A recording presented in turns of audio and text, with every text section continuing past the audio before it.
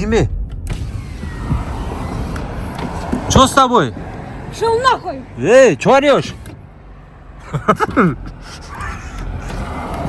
Мына жетим жолдо ортосунда кетип атат го.